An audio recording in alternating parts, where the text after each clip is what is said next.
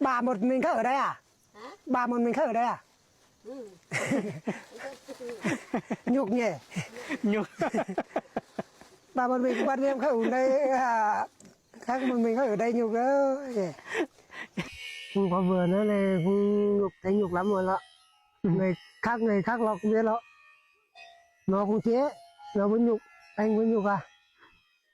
Không có xe mà không có xe đi thì nhục lắm các bác ạ.